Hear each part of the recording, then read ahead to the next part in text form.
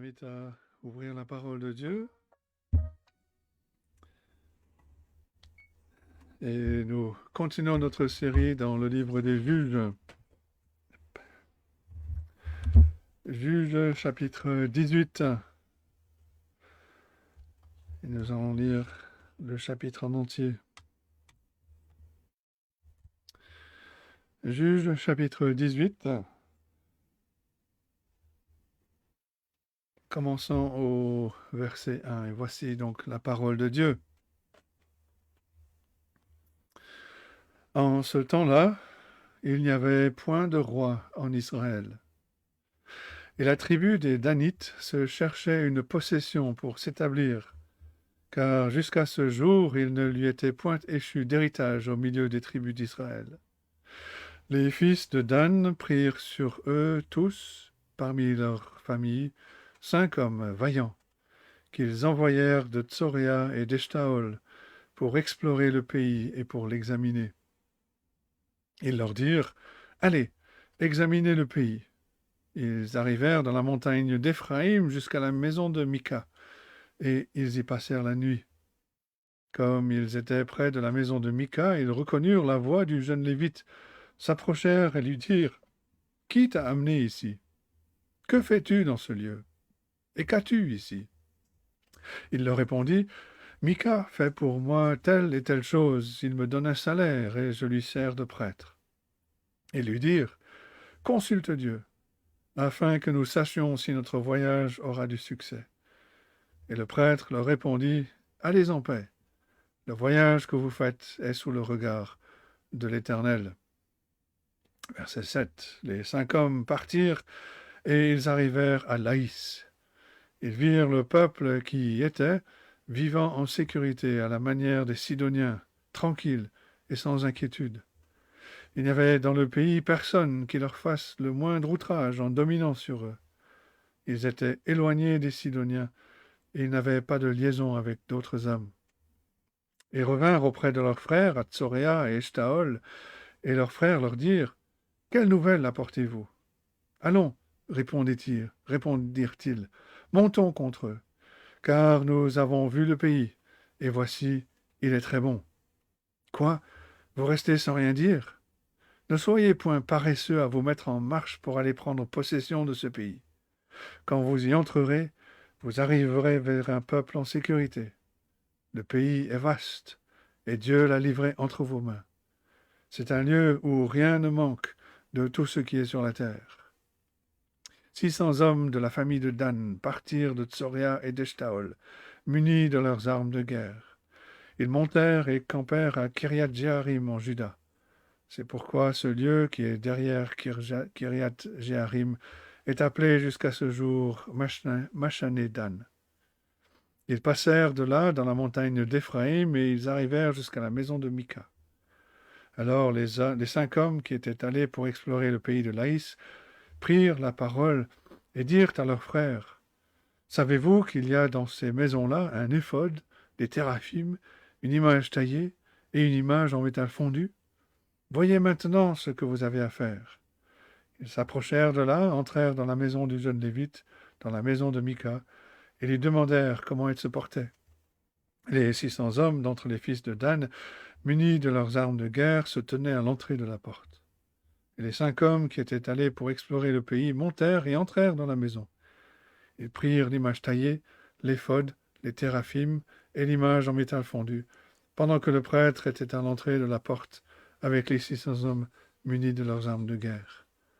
Lorsqu'ils furent entrés dans la maison de Mika et qu'ils eurent pris l'image taillée, l'éphod, les téraphim et l'image en métal fondu, le prêtre leur dit, « Que faites-vous » Ils lui répondirent, « Tais-toi, mets ta main sur ta bouche et viens avec nous. Tu nous serviras de père et de prêtre. Vaut-il mieux que tu serves de prêtre à la maison d'un seul homme ou que tu serves de prêtre à une tribu et à une famille en Israël ?» Le prêtre éprouva de la joie de son cœur. Il prit l'éphod, les téraphim et l'image taillée, et se joignit à la troupe. Verset 21. Ils se remirent en route et partirent en plaçant devant eux les enfants, le bétail et les bagages. Comme ils étaient déjà loin de la maison de Mika, les gens qui habitaient les maisons voisines de celle de Mika se rassemblèrent et poursuivirent les fils de Dan. Ils appelèrent les fils de Dan qui se retournèrent et dirent à Mika, « Qu'as-tu? Et que signifie ce rassemblement ?» Il répondit, « Mes dieux que j'avais faits, vous les avez enlevés avec le prêtre et vous êtes partis. Que me reste-t-il? Comment donc pouvez-vous me dire, qu'as-tu? » Les fils de Dan lui dirent, « Ne fais pas entendre ta voix près de nous. Sinon des hommes irrités se jetteront sur vous, et tu causeras ta perte et celle de ta maison. » Et les fils de Dan continuèrent leur route. Mika, voyant qu'ils étaient plus forts que lui, s'en retourna et revint dans sa maison. Verset 27. Ils enlevèrent ainsi ce qu'avait fait Mika et emmenèrent le prêtre qui était à son service. Ils tombèrent sur Laïs, sur un peuple tranquille et en sécurité. Ils le passèrent au fil de l'épée, et ils brûlèrent la ville. Personne ne la délivra, car elle était éloignée de Sidon, et ses habitants n'avaient pas de liaison avec d'autres hommes. Elle était dans la vallée qui s'étend vers Beth-Rehob. Les fils de Dan rebâtirent la ville et y habitèrent. Ils l'appelèrent Dan, d'après le nom de Dan, leur père, qui était né à Israël. Mais la ville s'appelait auparavant Laïs. Ils dressèrent pour eux l'image taillée, et Jonathan, fils de Gershom, fils de Manassé, lui et ses fils furent prêtres pour la tribu des Danites, jusqu'à l'époque de la captivité du pays. Ils établirent pour eux l'image taillée qu'avait faite Mika, pendant tout le temps que la maison de Dieu fut à Silo. Et c'est la parole de Dieu.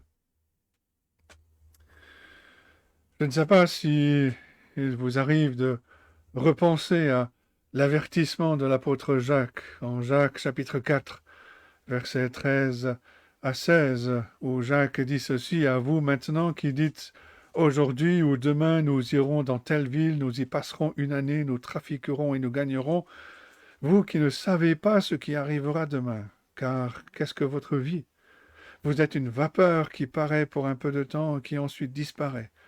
Vous devriez dire au contraire, si Dieu le veut, nous vivrons et nous ferons ceci ou cela.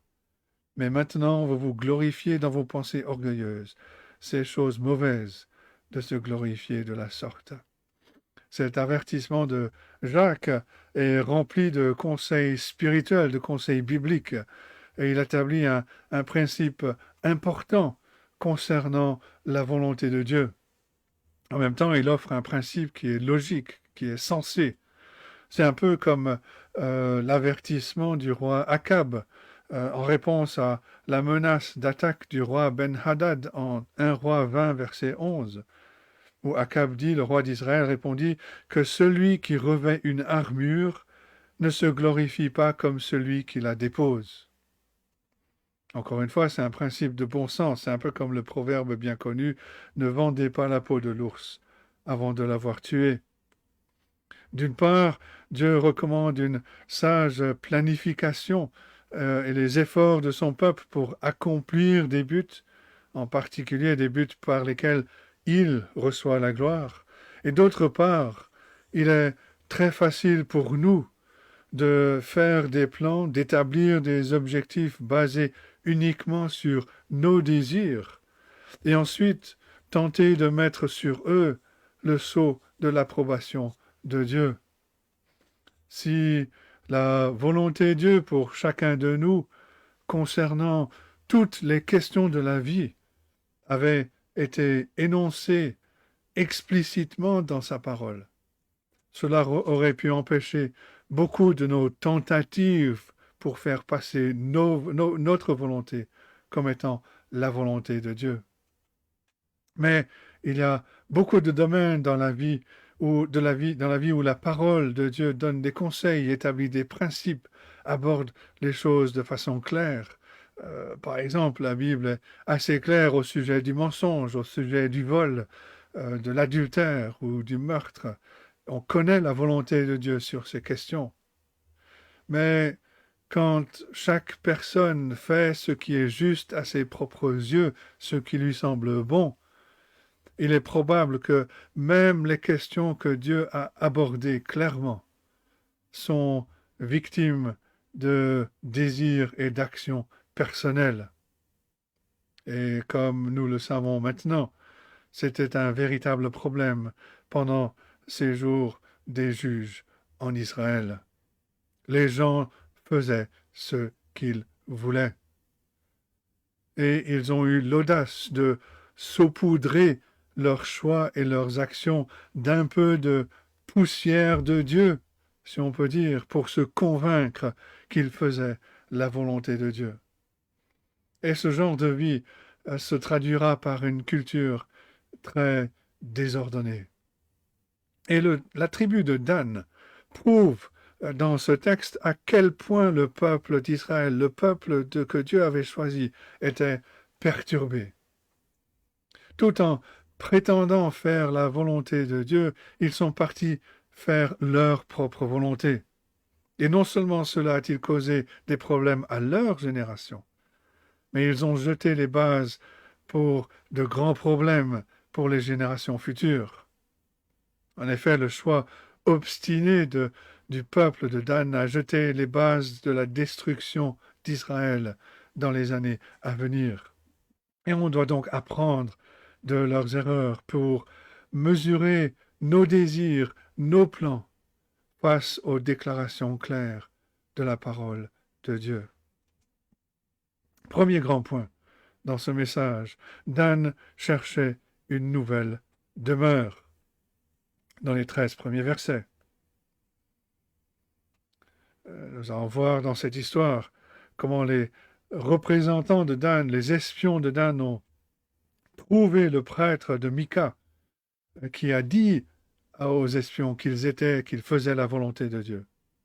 Tout est arrivé parce que les gens de Dan ont décidé qu'ils avaient besoin d'un endroit qu'ils pourraient appeler leur chez-soi. Ils étaient convaincus qu'ils n'avaient pas d'endroit où vivre. Verset 1. En ce temps-là, il n'y avait point de roi en Israël. C'est intéressant. L'auteur ne termine pas ce refrain qu'on retrouve dans le chapitre 17, verset 6, et à la fin, au chapitre 21, verset 25, qui dit « Et chacun faisait ce qui lui semblait bon ». Parce que c'est quelque chose qui est maintenant évident. En ce temps-là, il n'y avait point de roi en Israël, et la tribu des Danites se cherchait une possession pour s'établir, car jusqu'à ce jour, il ne lui était point échu d'héritage au milieu des tribus d'Israël. L'auteur souligne, encore une fois, il n'y avait point de roi en Israël, mais est-ce qu'un roi aurait pu arrêter la folie des Danites? Le texte dit que le peuple de Dan cherchait un héritage, et ça, c'est bizarre. Est-ce qu'ils cherchaient un endroit où vivre parce qu'aucun héritage ne leur était tombé dessus? Mais qu'en était-il du plan de Dieu que Josué avait mis en application? Dans le livre de Josué, au chapitre 19, versets 40 à 46, on lit ceci: « La 7e part échut par le sort à la tribu des fils de Dan. Selon leur famille, la limite de leur héritage comprenait Tsoréa, Eshtaol, Ir-Shemesh, Shaalabim, Ajalon, Jitla, Elon, Timnata, Ekron, Elteke, Gibéton, Baalat, Jéhud, Bénéberak, Gat, Rimon, Méjarkon et Rakon, avec le territoire vis-à-vis de Japho. Et si on met la carte qui est là, c'est la partie encadrée, le carré qui se trouve plutôt vers le milieu du pays. Et c'est un territoire qui partait de la mer Méditerranée pour ensuite entrer dans le pays. La volonté de Dieu et la partie du pays qu'il leur a attribuée, c'était cette région.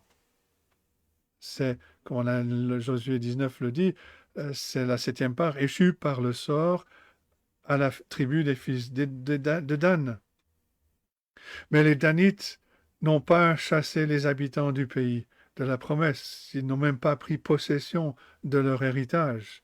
Encore une fois, si on continue dans le livre de Josué, chapitre 19, verset 47, on a un résumé de l'événement qu'on est en train d'étudier dans ce chapitre 18 des Juges. Mais Josué le résume en Josué 19, verset 47, avec une petite précision. Le territoire des fils de Dan s'étendait hors de chez eux. Et en fait, la traduction devrait dire « quand le territoire des Danites leur a échappé ». Les fils de Dan montèrent, combattirent contre l'Échem, qui est aussi appelé Laïs, et sur la carte, c'est le petit rectangle en haut, au nord du pays. Ils s'en emparèrent, la frappèrent du tranchant de l'épée, ils en prirent possession, s'y établirent et l'appelèrent Dan, du nom de Dan, leur père. En fait, la tribu de Dan a perdu son territoire. Et la phrase veut vraiment dire « ça leur a glissé entre les doigts ».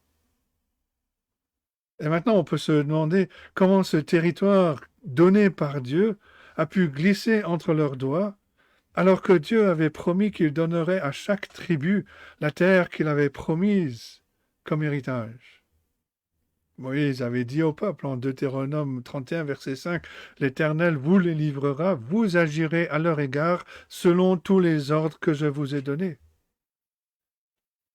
Mais puisque Dieu n'échoue jamais, Dieu garde toujours ses promesses. Ce doit être le peuple de Dan qui a échoué. Et c'est bien le cas.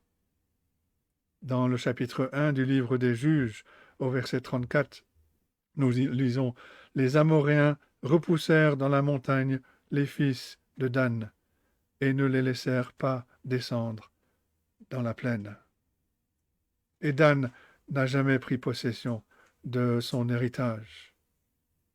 Quand l'ennemi gagne dans notre vie, ce n'est pas parce que Dieu a échoué.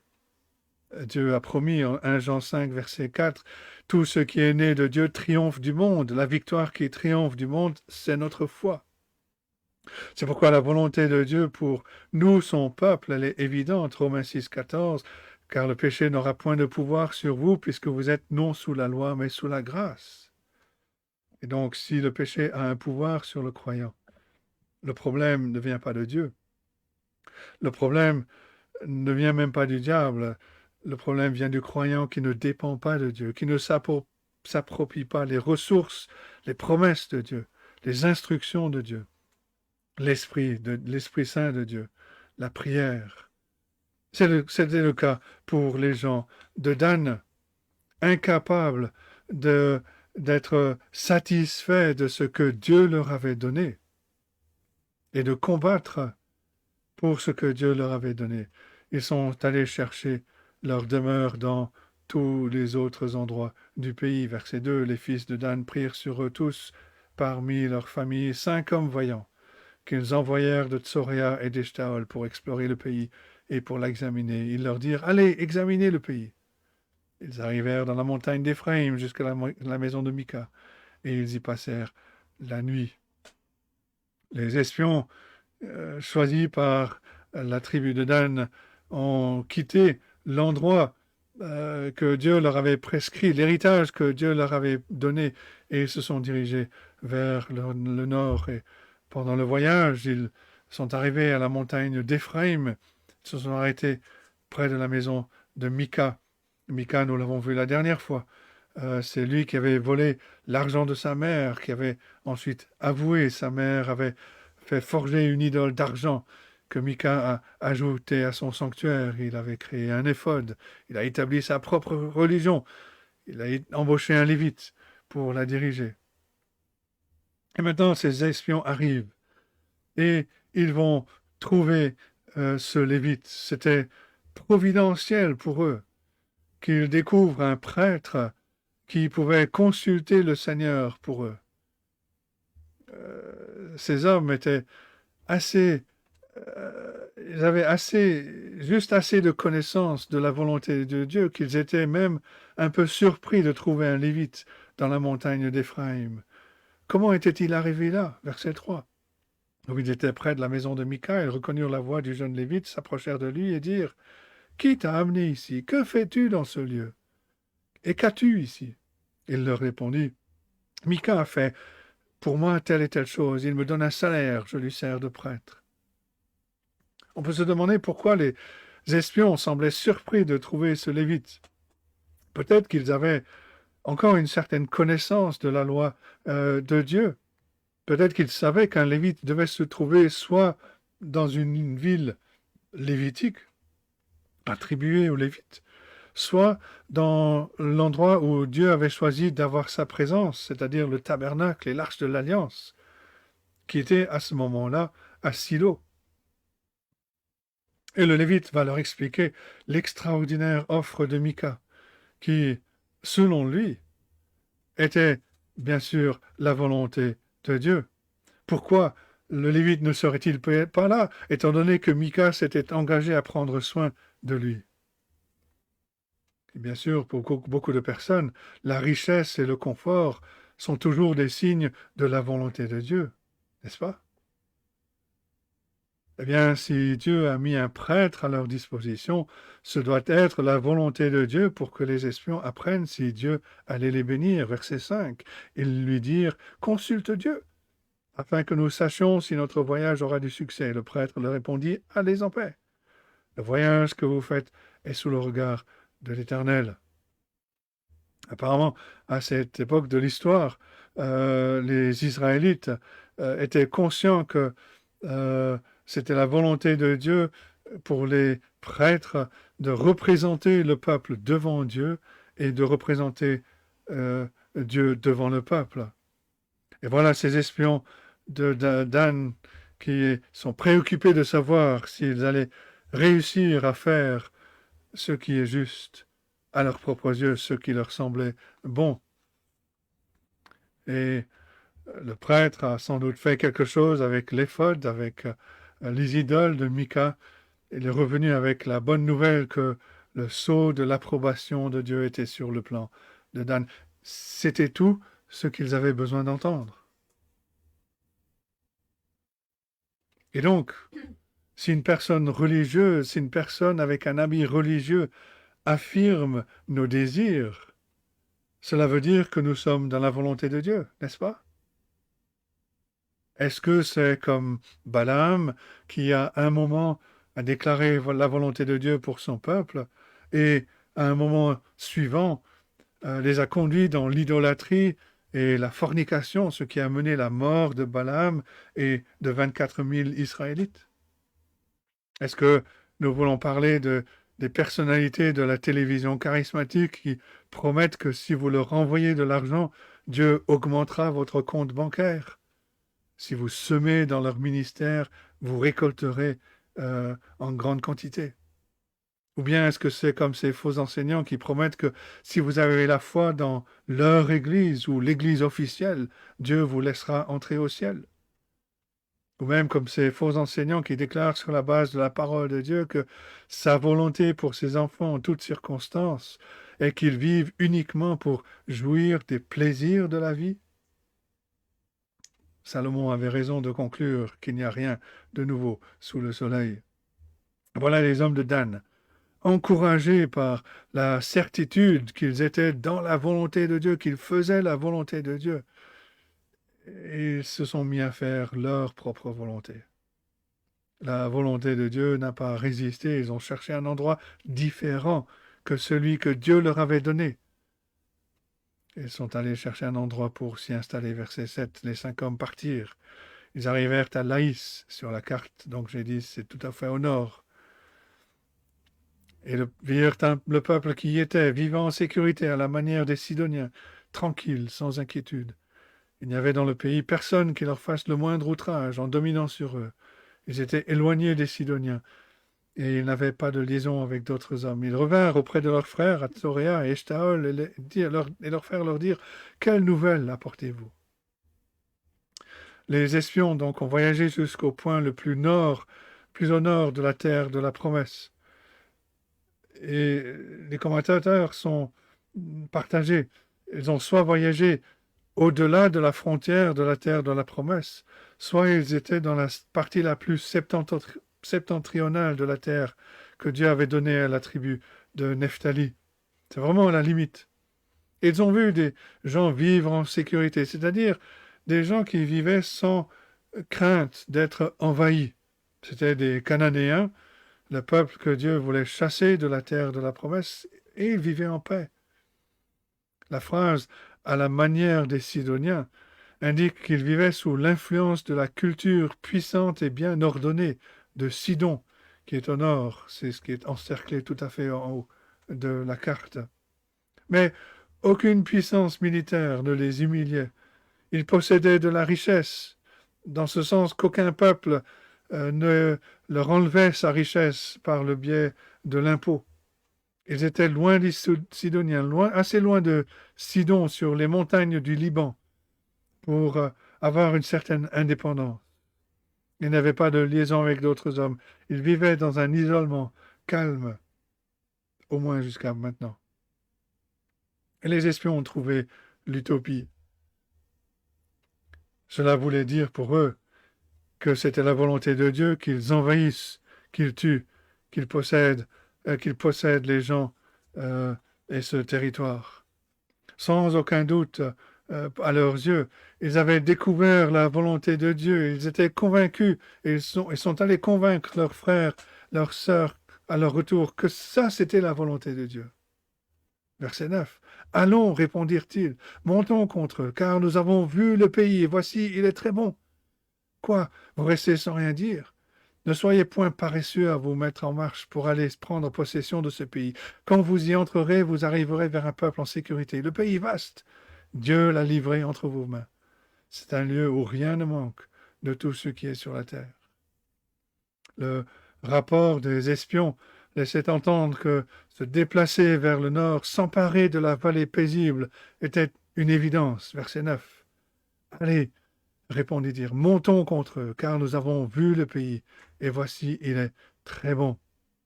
Les gens sur place ne soupçonneraient jamais l'attaque. Le pays était vaste, spacieux, et de toute évidence, c'était la volonté de Dieu pour eux de se déplacer.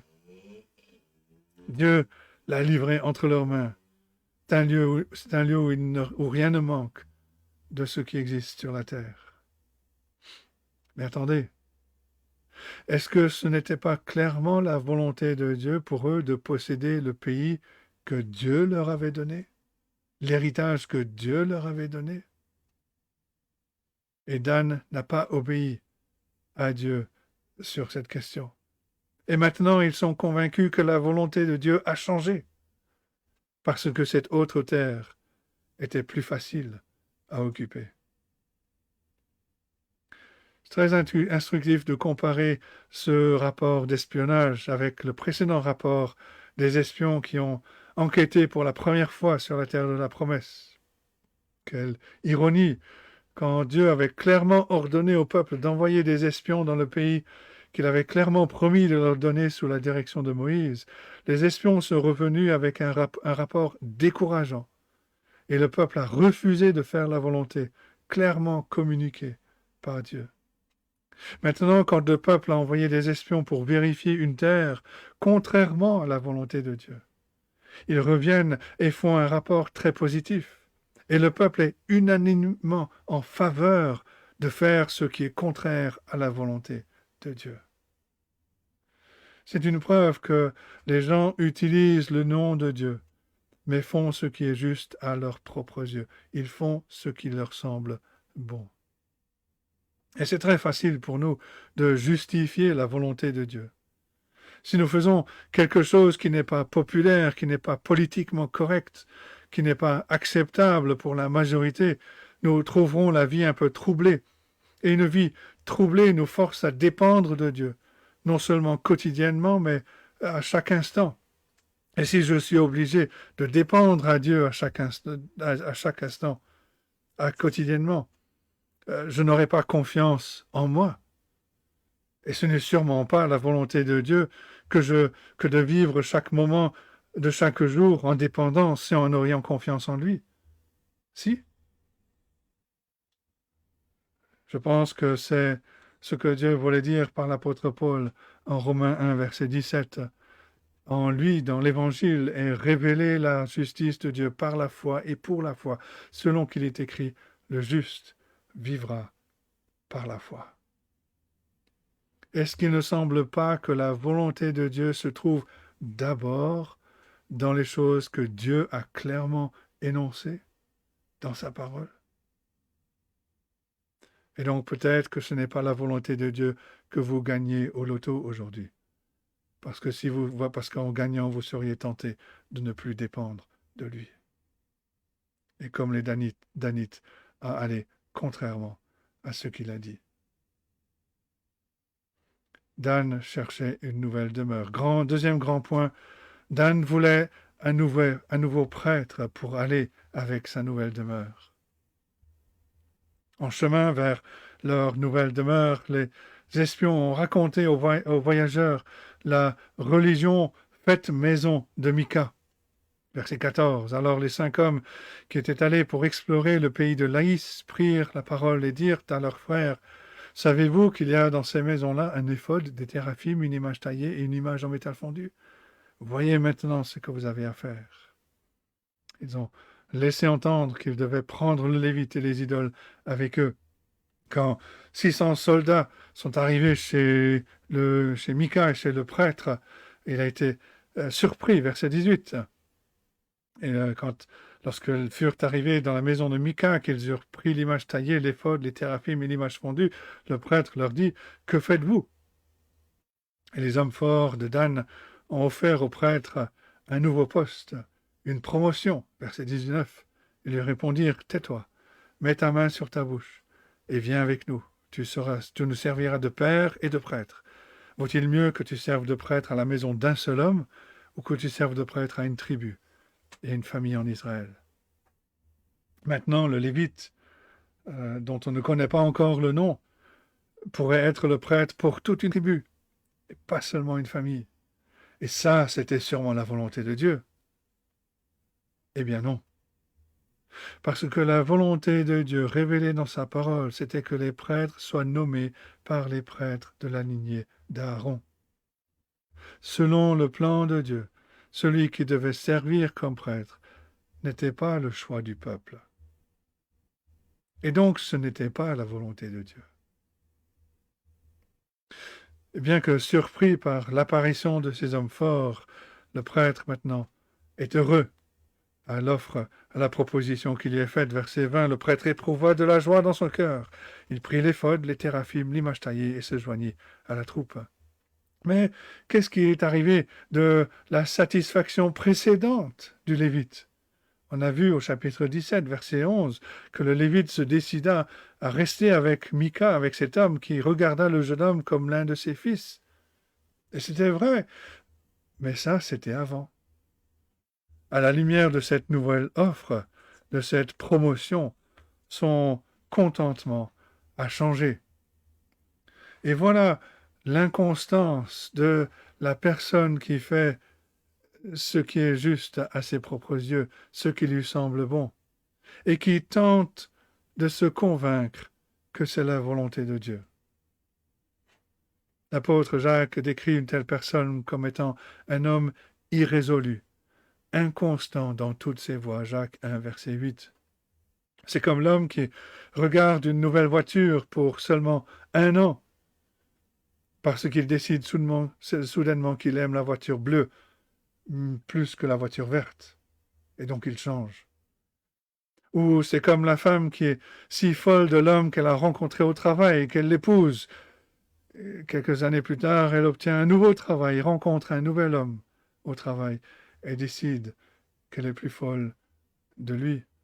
Ou c'est comme le pasteur qui accepte un appel d'une église, qui dit aux gens qu'il les aime et qu'il sera leur pasteur jusqu'à la mort, jusqu'à la retraite, et puis qui part au bout de 3 ans, quand une église plus grande fait une offre plus alléchante. Toutes ces personnes vont essayer de se convaincre eux-mêmes et les autres qu'ils font la volonté de Dieu. Le Lévite était content d'avoir cette promotion par Mika. Quand cette bande a volé le prêtre, les dieux, elle a virtuellement volé la religion de Mika. Elle est partie. Qu'est-ce que Mika a fait? Qu'est-ce que vous auriez fait dans une pareille situation? Mika l'a fait, il a poursuivi. Il les a affrontés, verset 23. Mika et ses voisins ont appelé les fils de Dan qui se retournèrent et dirent à Mika: qu'as-tu? Que signifie ce rassemblement? Intéressant cette question. Qu'as-tu? Comme s'ils ne savaient pas quel était le problème. Mika répond, verset 24. Mes dieux que j'avais faits, vous les avez enlevés avec le prêtre, et vous êtes partis. Que me reste-t-il? Comment donc pouvez-vous me dire, qu'as-tu? Mais quand vous êtes assez puissant, vous n'avez pas besoin de négocier. Il suffit de menacer. Verset 25. Les fils de Dan lui dirent, ne fais pas entendre ta voix près de nous. Sinon des hommes irrités se jetteront sur vous, et tu causeras ta perte, et celle de ta maison. Et les fils de Dan continuèrent leur route. Mika, voyant qu'ils étaient plus forts que lui, s'en retourna et revint dans sa maison. Il semble que la conclusion précédente de Mika ne fonctionnait pas si bien. Une fois qu'il avait sa propre religion solidement établie, complète, avec prêtre et éphod, en Juge 17, verset 3, Mika avait dit « Maintenant je sais que l'Éternel me fera du bien puisque j'ai ce Lévite pour prêtre. » Il était tout à fait sûr que sa religion faite maison était la volonté de Dieu. Il était convaincu qu'il avait manœuvré si habilement que Dieu devait le bénir, qu'il le veuille ou non. Mais en réalité, en fin de compte, la religion faite maison va toujours décevoir. Quoi que nous transformions en notre Dieu, que ce soit l'argent, la puissance, les relations, ou même une version réduite et faite maison du Dieu de la Bible, ce Dieu avec un petit d ne pourra jamais délivrer. Nous sommes loin de la communion avec le vrai Dieu quand nous arrivons à la conclusion que Dieu devrait avoir foi en nous. Cela nous rappelle que nous sommes tous des adorateurs. La question est, qui ou quelle est la chose que nous recherchons pour le sens ultime, pour le but dans la vie, pour la bénédiction? Quelle est la chose à propos de laquelle, si elle nous était enlevée, nous dirions « Vous avez pris mon Dieu. Qu'est-ce que j'ai d'autre? Où puis-je aller dans la vie maintenant? Je n'ai plus rien. » Il n'y a qu'un seul Dieu qui ne nous sera jamais enlevé. Il est celui dont nous pouvons dire avec l'apôtre Pierre en Jean 6, verset 68, « Seigneur, à qui irions-nous? Tu as les paroles de la vie éternelle. » Quand nous découvrons le Seigneur Jésus, nous trouvons la bénédiction. Mais nous ne faisons vraiment l'expérience de sa bénédiction que lorsque nous lui disons « Seigneur Jésus, sans toi, qu'est-ce que j'ai d'autre? Tu es tout pour moi. » Nous devons nous rendre compte qu'il n'y a nulle part ailleurs où aller dans la vie, qu'il n'y a pas besoin d'aller ailleurs dans la vie. Si nous savons que Jésus est finalement tout ce que nous avons et tout ce dont nous avons besoin, nous découvrons qu'il est éternellement tout pour nous et qu'en lui, nous avons tout pleinement. Dans la fin de l'histoire, nous voyons qu'à travers ce geste effronté de la tribu de Dan, la ville de Laïs, qu'ils ont renommée Dan, est devenue la porte d'entrée pour les ennemis du peuple d'Israël. Personne dans cette vallée n'a pu résister à cette armée. Verset 27. Ils enlevèrent ainsi ce qu'avait fait Mika et emmenèrent le prêtre qui était à son service et ils tombèrent sur Laïs, sur un peuple tranquille et en sécurité. Ils le passèrent au fil de l'épée et ils brûlèrent la ville. Personne ne la délivra, car elle était éloignée de Sidon. Et ses habitants n'avaient pas de liaison avec d'autres hommes. Elle était dans la vallée qui s'étend vers Beth-Rehob. Et les gens de la tribu de Dan se sont immédiatement occupés. Ils ont reconstruit la ville de Laïs. Ils l'ont appelée du nom de Dan. Ils ont rapidement établi leur propre marque d'idolâtrie. Les fils, vers la fin du verset 28, les fils de Dan rebâtirent la ville et y habitèrent. Ils l'appelèrent Dan, d'après le nom de Dan, leur père, qui était né en Israël. Mais la ville s'appelait auparavant Laïs. Et ils dressèrent pour eux l'image taillée. Et Jonathan, fils de Gershom, fils de Manassé, lui et ses fils furent prêtres pour la tribu des Danites jusqu'à l'époque de la captivité du pays. Dès qu'ils se sont établis, le peuple de Dan a installer des images sculptées en désobéissance directe, encore une fois, à l'instruction de Dieu. Ils ne se voyaient certainement pas comme des païens, comme le peuple de Laïs qu'ils venaient de détruire. Ils ont sans doute regardé leurs belles images sculptées. Ils ont dit, c'est la représentation du seul vrai Dieu, de Yahvé, que nous aimons, que nous adorons. Mais c'est essentiellement ce que les Israélites avaient conclu au sujet du veau d'or, n'est-ce pas? Dans ce contexte, en Exode 32, verset 4, nous disons, Aaron reçut de leurs mains, jeta l'or dans un moule et fit un veau en métal fondu. Et ils dirent, Israël, voici ton Dieu, qui t'a fait sortir du pays d'Égypte. Et si nous étions présents, nous voudrions leur dire, non, c'est Dieu le Père, Dieu le Fils, Dieu l'Esprit Saint qui vous a fait sortir d'Égypte. Et ils auraient répondu, bien sûr que oui. Et ce veau d'or représente Dieu.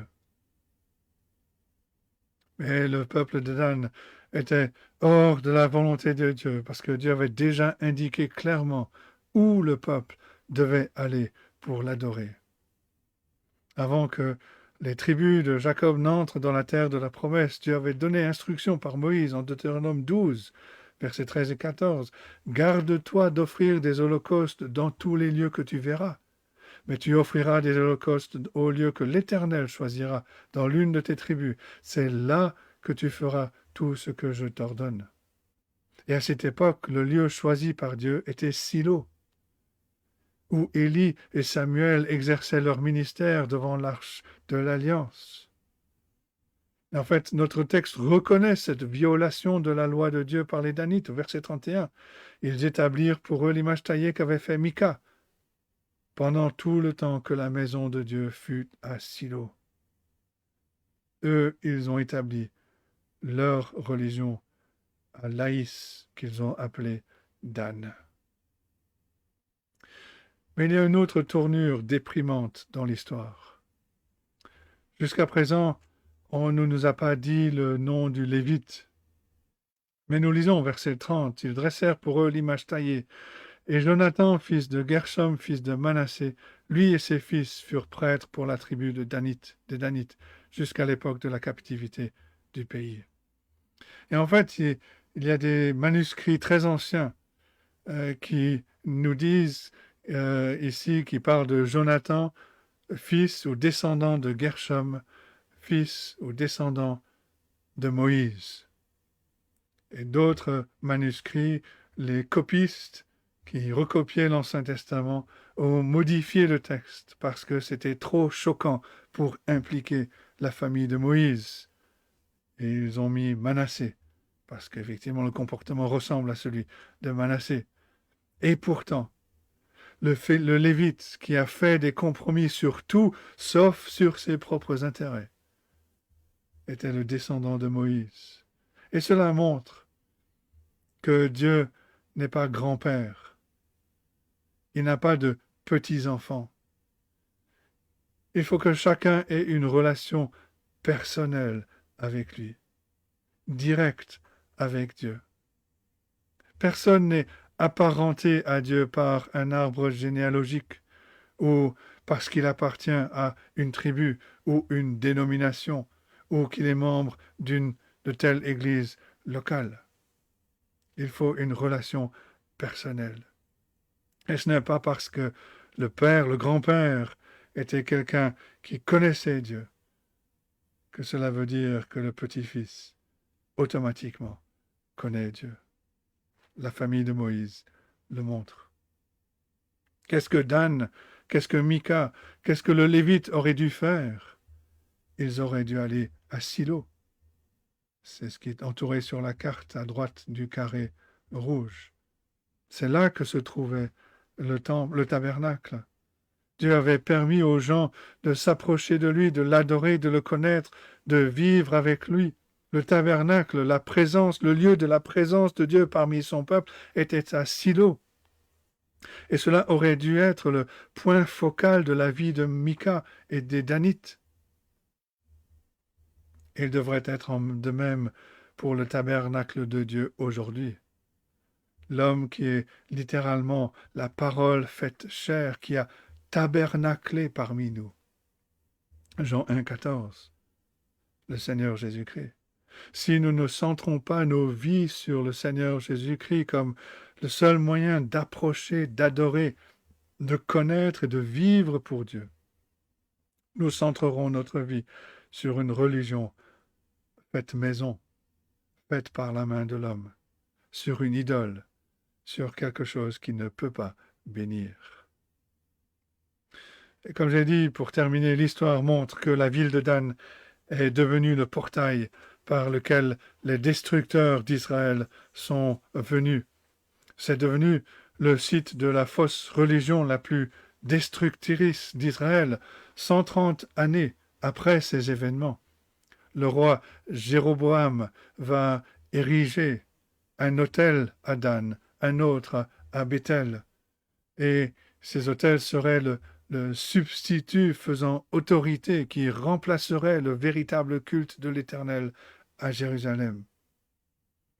Dans les prophètes, Dieu a souvent rappelé ce péché comme la raison pour laquelle il a suscité les Assyriens pour détruire Israël à cause de leur désobéissance.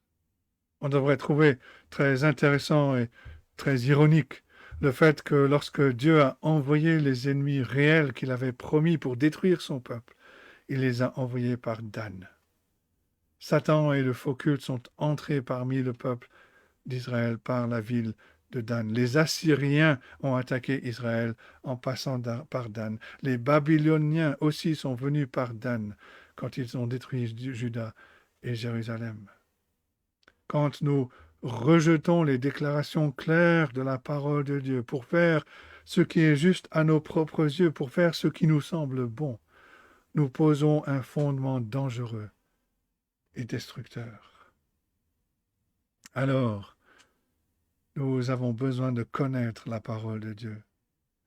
Nous avons besoin de nous soumettre à cette parole, de nous appuyer sur cette parole, de compter sur la sagesse de Dieu pour appliquer les principes de la parole de Dieu dans les domaines qui ne sont pas clairement énoncés. Nous avons besoin de vivre dans une communion avec Dieu qui est enracinée dans une dépendance envers lui à chaque instant, à chaque moment de chaque jour. Parce qu'une marche quotidienne dans une communion intime avec Dieu, par ce moyen que nous avons en Jésus-Christ, nous empêchera de construire une porte par laquelle le péché entrera. Apprenons des erreurs de Mika, de ce Lévite et des Danites. Que Dieu nous aide à méditer sur ces choses et qu'il bénisse sa parole à nos cœurs. Amen.